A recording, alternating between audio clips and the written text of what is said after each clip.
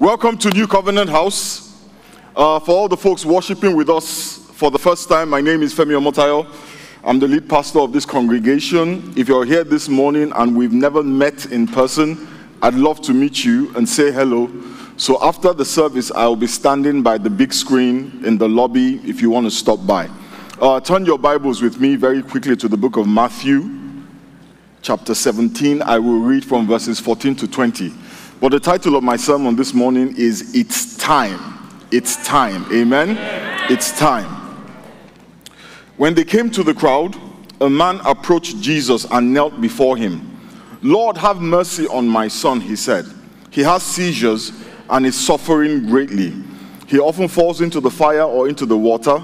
I brought him to your disciples, but they could not heal him." "You unbelieving and perverse generation," Jesus replied, "how long shall I stay with you? How long shall I put up with you? Bring the boy here to me." Jesus rebuked the demon and it came out of the boy. That's a word for somebody. They brought a sick boy, but Jesus rebuked the demon. You know, sometimes sickness is a demonic attack. Just saying. Jesus rebuked the demon and it came out of the boy and he was healed at that moment. Then the disciples came to Jesus in private and asked, "Why couldn't we drive it out?" He replied, "Because you have so little faith. Truly, I tell you, if you have faith as small as a mustard seed, you can say to this mountain, 'Move from here and to there,' and it will move. Nothing will be impossible for you." So the disciples were asked to cast out demons from the life of a young boy and to heal him. But they could not. They were not successful. They failed because good intentions are not enough. Compassion by itself is not enough. Jesus Christ said they failed because they did not have enough faith. Not because they did not have the right intentions. Not because they did not mean well, but simply because they did not have enough faith. Jesus said, if you have faith as small as a mustard seed, you will speak to mountains and the mountains will move and nothing will be impossible to you. If you have that much faith, as small as a mustard seed, actually, we should be saying, if you have that little faith, if your faith is as small as a mustard seed, Jesus Christ is saying nothing will be impossible for you. And nothing means nothing. Amen? There are no carve-outs. There are no exceptions. Nothing will be impossible for you except these things. But mustard seed faith, unfortunately, does not come by wishing. Where I come from, we say if wishes were horses, beggars would ride. Faith does not come just by wishing for faith. There are 3 steps to faith. Amen? In every situation that you find yourself that is not pleasing to you, and you see that there is a lack of faith in your heart, the first step you need to take, because I want to be practical this morning, is to seek the face of the Lord concerning that situation. And when I say seek the face of the Lord concerning that situation, I simply mean go to God in the place of prayer and ask him concerning the situation that you find yourself in. And when you go to God in the place of prayer, he will speak a word to you. Listen, my brothers and sisters, to have faith, you must have a word from God. We have become so sophisticated and so busy and so intellectual and so hip and so woke that we no longer feel or realize that we need to hear from God. You are a partner in the process of your breakthrough. Let me say that again. You are a partner in the process of your breakthrough. There is a part you have to play in order for the will of God to be done in your life. And the part that you have to play is that you have to connect with God by faith. That is what you bring to the process. Your faith in God, your trust in God. But the Bible says faith comes by hearing the word of God. In order to have faith, there must be a word. And that word becomes the foundation of faith. Without a word from God, without a revelation from God, what we call faith is presumption. It is like somebody sitting down and saying, PF is going to do something for me. Has PF said he will do it for you? if PF has not said he will do it for you, you are being presumptuous. You are assuming. And you are in danger of being disappointed. The Lord keeps his word, not our dreams. If the Lord speaks into your dreams, speaks about your dreams, the Lord will make sure your dreams come to pass. But if your dreams are the product of your imagination, of your will, then it is dependent on whether you have the ability to bring it to pass or not. And in many cases, we find out that we're very limited in those abilities. What many of us are calling faith is presumption, because there is no basis for it. There is no word, there is no revelation, there is no vision, there is no dream, there is no inner witness, there is nothing. And to get a word, to hear from God, you have to spend time in the place of prayer. Amen? You have to open your heart to hear from God. You have to position yourself to hear from God.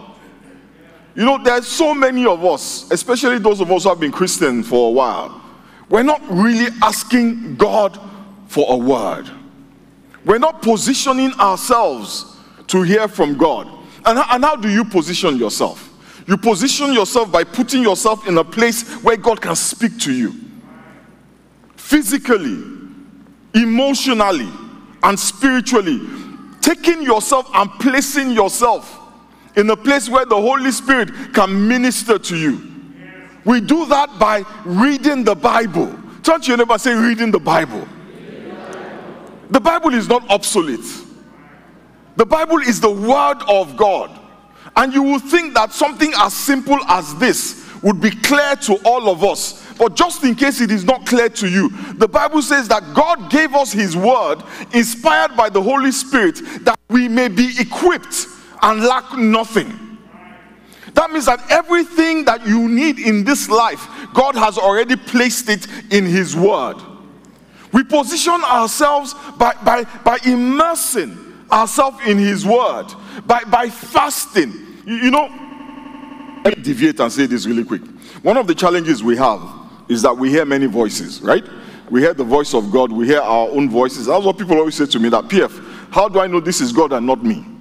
I'll tell you how. The Bible says that the word of God is sharper than any two-edged sword, dividing asunder between soul and spirit. You see, when you immerse yourself in the word, you are able to discern, you are able to know intuitively what is of God and what is of you, and what is of the devil. The confusion as to what is of God or what is of me or what is of the devil comes when we are not immersed in the word of God. You cannot say you are immersed in the word of God when you only read the devotionals you get from your social media, whoever it is you're following. So every once in a while, Rick Warren will send you something. Michael Todd will send you something. Steve Furtick will send you something. And you feel like that is all. Listen, those things are complementary. Amen?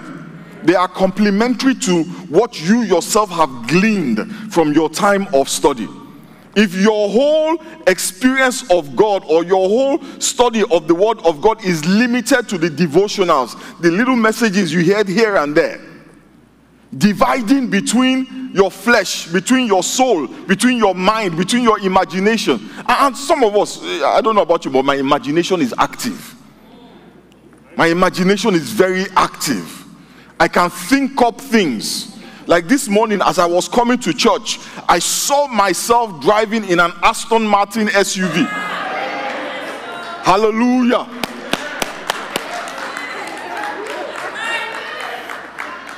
You're talking about a few hundred horses, not goats, horses under the hood of the car. I just saw it. It just dropped in my spirit that, Femi, this car will look really good on you. And something said, thus saith the Lord. But the word of God divided asunder and said, Femi, hey, calm down. This is your flesh. This is not the Lord. So I just moved on. and said, Lord, perhaps, perchance, if it be thy will. Hallelujah. We position ourselves by listening to godly music. Hallelujah. Listening to godly music. Listen, guys, I'm going to say this. There is some music that will not help you. And there is some music that will help you. Right? And I'm not telling you not to listen to secular music, because I listen to secular music. But you see, there is a time for everything. When you're seeking God for a word, when you're praying to God, say, Lord, speak to me. Peru, para. I don't know what that is saying to you.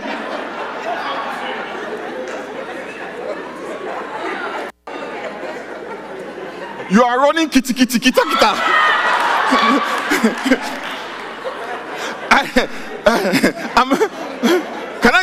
Can I be real?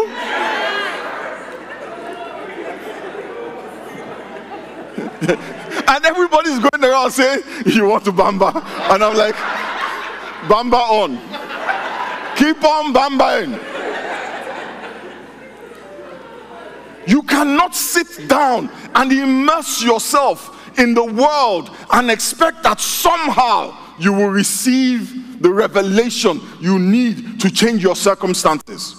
You have to be intentional. You have to be deliberate. You have to sometimes switch off Spotify or find a godly playlist.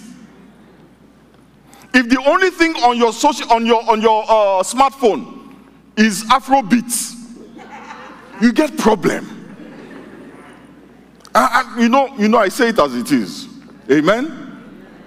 Praise the name of the Lord. You position yourself by fasting. Fasting. I'm not talking about intermittent fasting to lose weight, because that's a new thing now. I'm talking about denying yourself of something that can become very engrossing of your time, so that you can listen and hear from God. By going to church. We position ourselves by going to church. There is a grace, there is an anointing, there is a power that is made available to us in these corporate settings. Am I saying that God will not bless you at home? Absolutely not. He will bless you wherever you are. God is that powerful. But sometimes these corporate gatherings are so powerful. And that was one of the most painful things about the lockdown. Yes, we were all, watching online. And yes, we were all, trying to chat our way into that sense of community. But nothing compares to the gathering together of the saints. And I said it without equivocation or fear of contradiction. I'm not a Christian that believes in works or religious rituals and activities. But I will tell you this, there is something to be said for when we gather together. Amen? And online church is good. It's really good. But sometimes it is not enough. You know what? I guess it depends on how desperate you are. There's a desperation that will say it's not enough to just watch. I need to be there. After you have received the word from God, you need to accept the word. You need to accept the word. You need to say, Father, you know what? I accept that it is you that is speaking to me. And sometimes the word that you receive will demand a response. Yeah? Maybe God will say to you, this is what I'm going to do, but I need you to do this. I need you to stop doing this. Yeah? I need you to not do this anymore. Sometimes God will demand that we do nothing. And that is hard. I don't know about you, someone like me, doing nothing is the worst thing you can ask me to do. I get frustrated by inactivity. Yeah? So my instinct is always, what is the solution? What can I do? How can I fix it? When I call my friend and my doctor, Dr. Kukoricha, and I say, Tobori, I have a headache. And he says, Just relax, it will pass. A quack doctor, what do you mean it will pass? Tell me something to do. Tell me something to take. Don't tell me it will pass. What if it doesn't pass? By the way, it always passes because he's a really good doctor.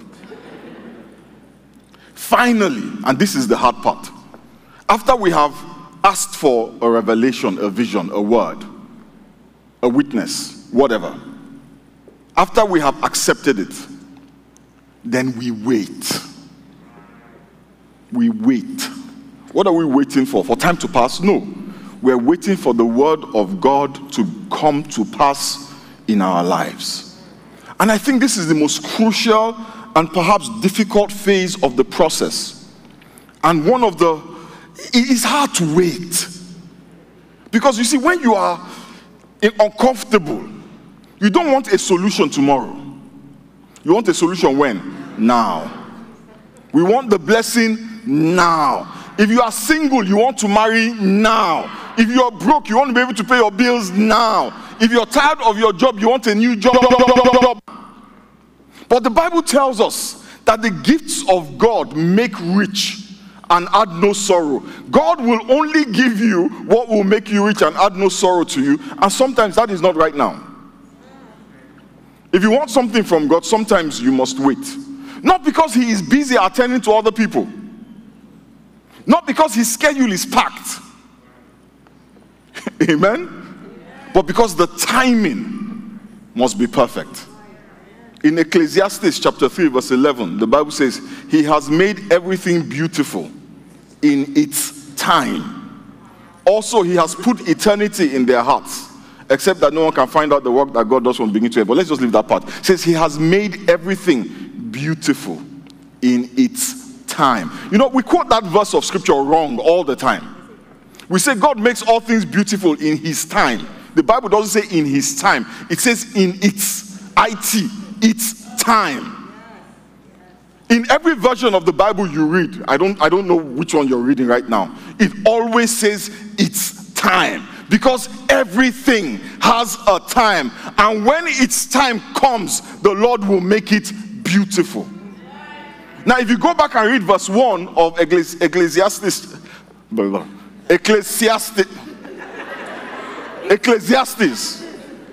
idea is need.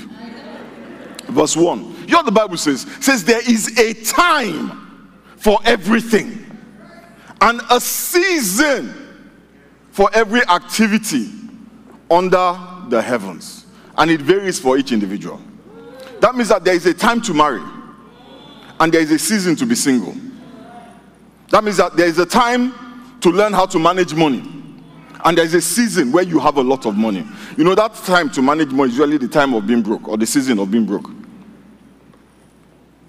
In Habakkuk chapter 2 verse 3, the Lord says, for the revelation awaits an appointed time. It speaks of the end and will not prove false. Though it linger, wait for it. It will certainly come and will not delay. Let me explain a little bit. There is a revelation that God has given you. There is a word. There is a witness that he has dropped in your spirit. There is a dream you have had. What the Lord showed you in that revelation or that word or that dream or that vision was the result, the finished product. He showed you the end. He didn't show you the journey. But there is an appointed time that has been set for that finished product. Let me use the example I'm using today, and I know it's for somebody. God has shown you your wedding. You saw the day. You saw what you are going to wear. But the Bible says that is the finished product. That is the vision. That is the revelation. And that wedding will happen at the appointed. Appointed means set. It will happen at the appointed time. He has set a time for the manifestation of his promises to you, and it will come to pass. The Bible says certainly, but at the appointed time. It will not delay. Because if the Lord has spoken something to you, it means that the Lord has decided to do it. Isaiah 14 verse 24. It says, the Lord of heaven's armies has sworn an oath. You know, God doesn't go around swearing oaths. He says, but he has sworn an oath. It will all happen as I have planned. It will be as I have decided. God is saying to you that every promise he has made, everything he has spoken, every dream, every vision, says it will happen as he has planned. It will be as he has decided. It might linger. And let me explain what it means to linger. It is to have an appearance of delay, but it's only an appearance. Have you noticed that food always takes longer to cook when you're hungry?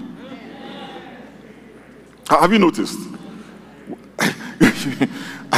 I'm hungry and there's a slice of pizza left over and I put it in the microwave, right? And I tap 15 seconds. That is always the longest 15 seconds of my life. That 15 seconds always feels like 1 minute. But then you're looking at the microwave and it's still 15 seconds. The reason why it appears longer is because we are hungry. We all know that it is the same. It's 15 seconds. They're not trying to scam you and turn 15 seconds into 1 minute on the back end. But you know what? There's an appearance that is motivated, that is driven sometimes by the need. It cooks in the same amount of time. But when we're hungry, it appears, it lingers. God has set a time. It will happen in that time. Not a day later than that time. Not a second later. You know, when I first got saved, there was this thing we used to say. Well, I used to hear a lot. God is never late. He's always on time. And I struggled with that because for me, being on time is being there at the time that we want you to be there. In the nick of time to prevent whatever we perceive is a calamity. Yeah? But it's like Pastor Sheggs. I tell Pastor Sheggs, I'm going to come. And Pastor Sheggs says, okay, PF is coming. And then at 12 o'clock, Pastor Sheggs is like, where's PF? In my mind, there's a time that I'm showing up in his house. I have set my mind to show up at 2 o'clock. At 12 o'clock, he's like, where are you? Where are you? That's your problem. 2 o'clock is when I am going to show up. In fact, I will not jump in my shower until 1 o'clock. So there is no way, no matter how many times you text me or call me, I will show up at the appointed time. You know, when Lazarus was sick, Lazarus, a guy in the Bible, very good friend of Jesus. The Bible says he was sick, so his siblings sent a message to Jesus, said, Jesus, your guy, your boy, your friend, your homie is sick. And Jesus said, I have heard. And he proceeded to go about his business.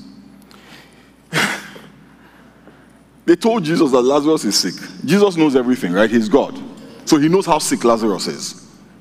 And he does nothing in terms of moving towards Lazarus. On the contrary, he tells the guys who are with him that Lazarus is sick, he's just sleeping, he'll be all right. And I can imagine the consternation, the fear, the frustration, the anger in the ears or in the heart of Lazarus' siblings. Because they're thinking, okay, well, you know what, Jesus, he's a miracle worker, right? Lazarus is sick. Jesus is going to show up anytime now. Day 1, he doesn't show up. Okay, he's going to come tomorrow.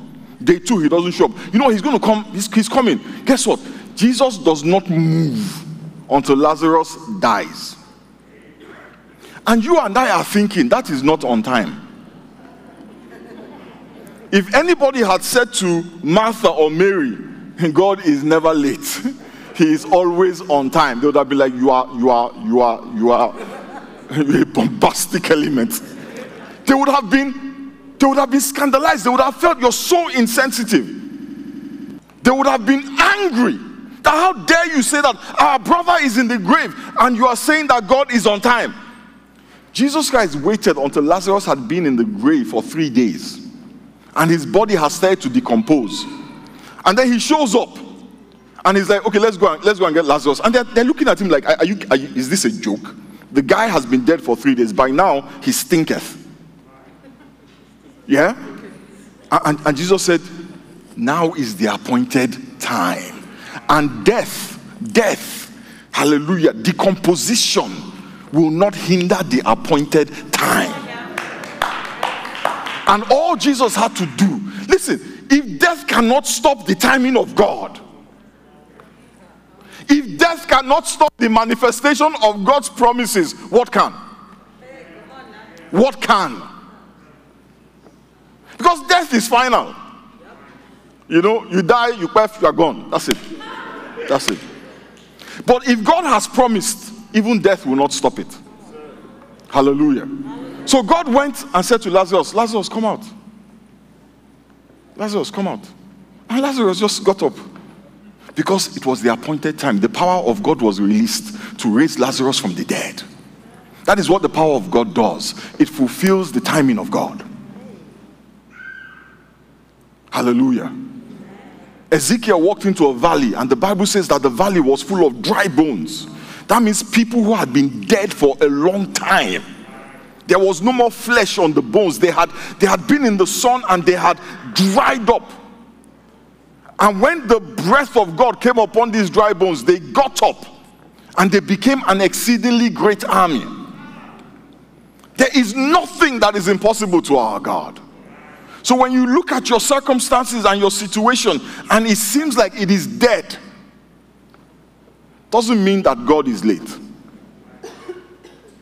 If it needs to be revived for the word of God to be fulfilled, it will be revived. And I know that it is hard, because when you're looking at death, it is death.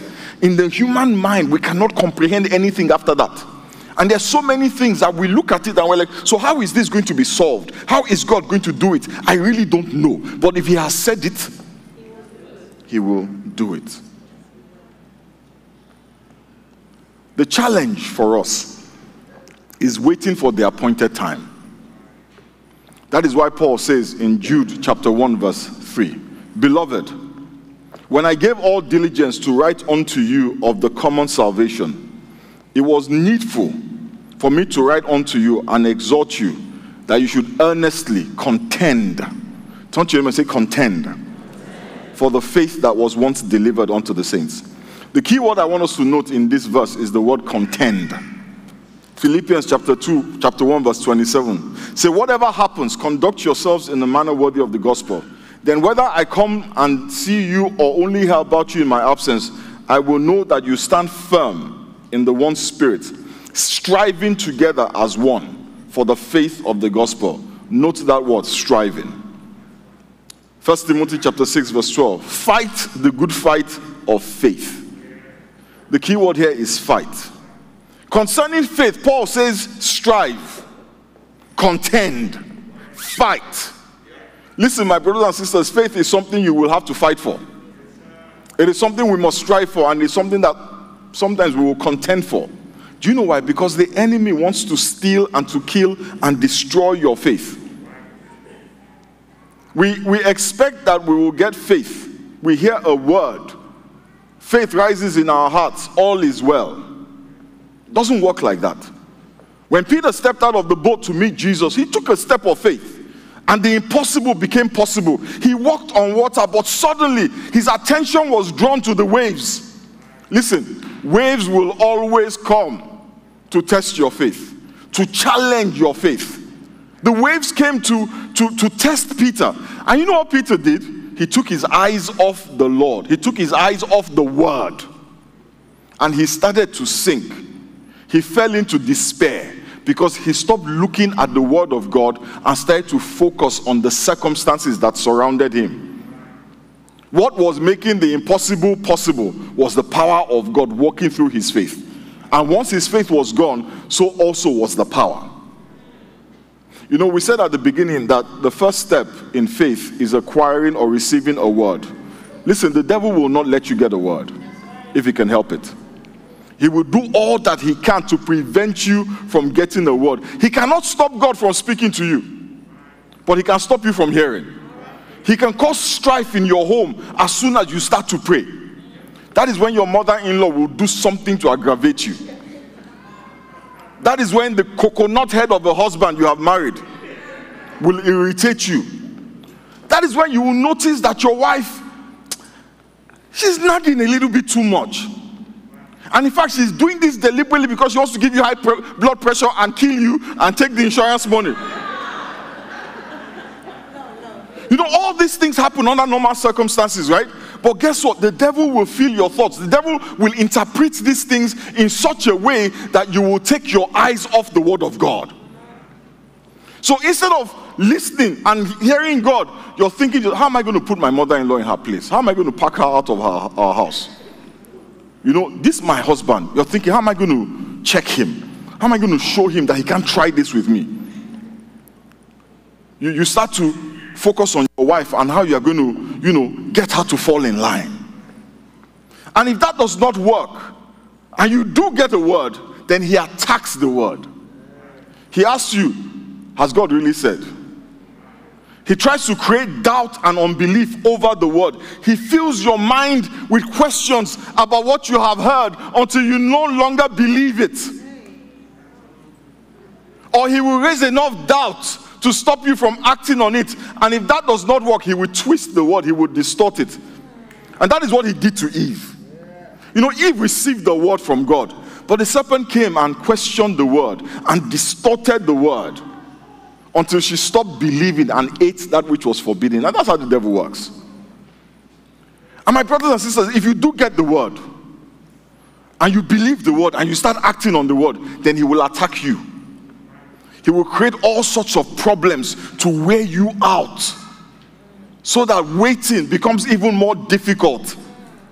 He bombards your mind with thoughts and imaginations, with ideas and insinuations to the effect that God will not come through until you give up and walk away. That is why Paul said, you must strive, you must fight, you must contend. Because don't assume that once you hear, once God speaks, you will keep believing. You know, as I was preparing this sermon, I remembered something the Lord spoke to me about 20 years ago. And I haven't yet seen it. And the way the Lord reminded me was showing me again in living color a dream that I had 20 years ago. If you know me very well, you know I don't store things in my mind. I can forget and we can have a conversation now and I don't even remember. Sometimes I worry. But I remember this dream so vividly.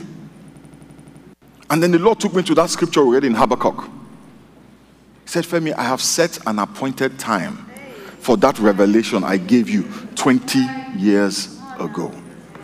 So Femi, wait for it. And I remember the journey of then, when I got that word, and the joy that filled my heart.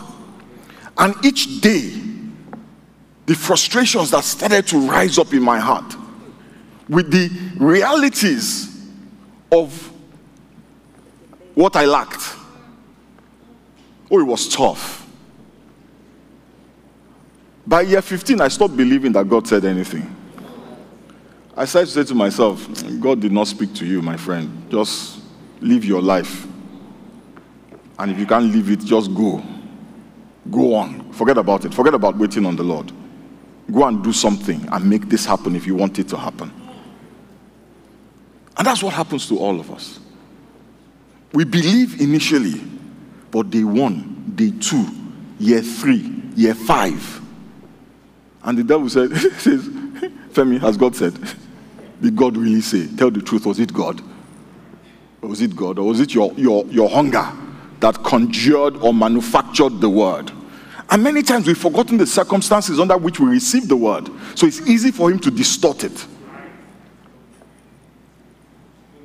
In James chapter 4 verse 7, as I close, the Bible says, therefore, submit yourself to God. Resist the devil, and he will flee from you. First, you submit to God, and then we resist the devil. You can't resist the devil without submitting to God. We submit to God by following the leading of the Holy Spirit, by putting aside our will whenever it is in opposition to the Holy Spirit, and doing what the Holy Spirit leads us to do.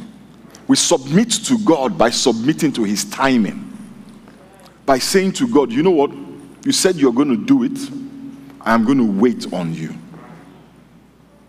You know, one of the ways in which you should be hearing the voice of God most, if you're a Christian, is in the way that you deal with people. You submit to God by dealing with people the way God says you should deal with people. Amen? Then we resist. We resist by not giving in to the voice of the enemy. We resist by not allowing him to lead us into bitterness and envy. Because it's hard when you see other people getting what you are waiting for. You start to get a little, I didn't kill Jesus. And even if I killed him, he's seated at the right hand of God. He's currently alive. Why am I still being punished? And I know I didn't kill him. Then we start to look for what our great-great-grandfather buried somewhere that is causing the delay. And when we don't find anything, we start to get angry. What is it, Seth? Sorry. Why? And envy. So why does Hawaii have it? Then we start to say, but I pray more than him. I sleep in church. He shows up occasionally. No, he comes regularly, but you start to think those things. When the devil said to Eve, has God said? She did not resist him. She pondered it. She pondered it and thought to herself, maybe God has a hidden agenda. And she ate the fruit. And Satan prevailed.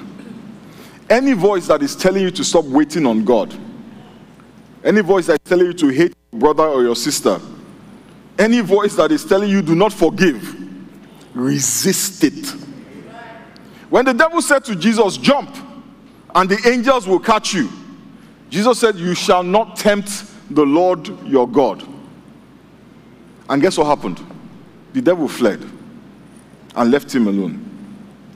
Faith as small as a mustard seed is powerful, but there must be a determination, a conscious effort on our part to walk in that faith. We must be determined not to be sidetracked by the waves. Take control of your mind. If you want to walk on water, you have to get out of the boat. And when you get out of the boat, you have to keep your eyes on the Word. Keep your eyes on the Lord. Let your ears and your heart be open only to His Word. Amen? Let us bow our heads and pray.